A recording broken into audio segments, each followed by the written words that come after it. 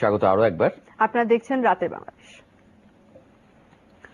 ৩ বছর ধরে আইন মন্ত্রণালয়ে পড়ে আছে প্রযুক্তি বর্জ্য ব্যবস্থাপনা আইনের খসড়া। তথ্য প্রযুক্তিবিদ মোস্তফা জব্বার মনে করেন, ই বর্জ্যের স্লো পয়জনিং ঠেকাতে অবিলম্বে আইনটি চূড়ান্ত করা দরকার। তথ্য ও প্রযুক্তি প্রতিমন্ত্রী জানিয়েছেন যে কাজ চলছে পাইলট প্রকল্পের। রাত মিনাজের রিপোর্ট।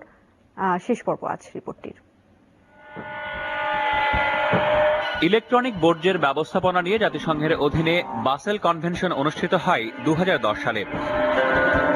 এতে যোগ দিয়ে অবিলম্বে একটি ইলেকট্রনিক ব্যবস্থাপনা নীতিমালা তৈরির অঙ্গীকার করেছিল বাংলাদেশ, যার ধারাবাহিকতায় 2012 সালে ইলেকট্রনিক বর্জ্য ব্যবস্থাপনা নিয়ে একটি খসড়া নীতিমালার অনুমোদন দেয় মন্ত্রিসভা। কিন্তু যা 3 বছরেও আইনে পরিণত হয়নি।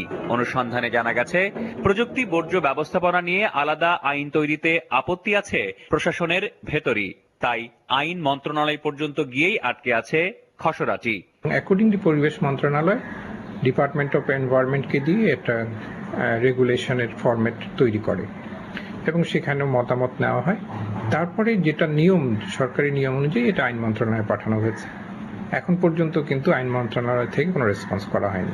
সরকারের উচিত সংশ্লিষ্ট ট্রেড বডিগুলোকে একত্রিত করে একটি নীতিমালা তৈরি করা, একটি আইন প্রণয়ন করা এবং এই সম্পর্কে ব্যাপকভাবে সচেতনতার ব্যবস্থা গ্রহণ করা। প্রতিবেশী দেশ ভারত ও নেপাল এরই মধ্যেই ই বর্জ্য সংক্রান্ত আইন প্রণয়ন করেছে। বিস্তার রোধে চলছে গণসচেতনতামূলক নানা কার্যক্রম। তবে বাংলাদেশে এ ধরনের কোনো উদ্যোগ এখনো চোখে পড়ে না। তথ্য ও যোগাযোগ প্রযুক্তি প্রতিমন্ত্রী বলছেন, সরকার ই বর্জ্যের ভয়াবহতার ব্যাপারে সজাগ আছে।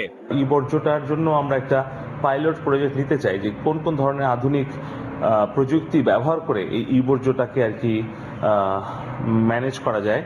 তার জন্য আমরা চেষ্টা করছি। আশা করছি যে আমরা আইসিটি ডিভিশনের উদ্যোগেই আমরা এই ব্যবস্থাটা গ্রহণ করতে পারবো। তবে পাইলট এই প্রকল্পটি ঠিক কবে শুরু হতে পারে সে বিষয়ে নিশ্চিত কোনো তথ্য পাওয়া যায়নি মন্ত্রণালয় থেকে।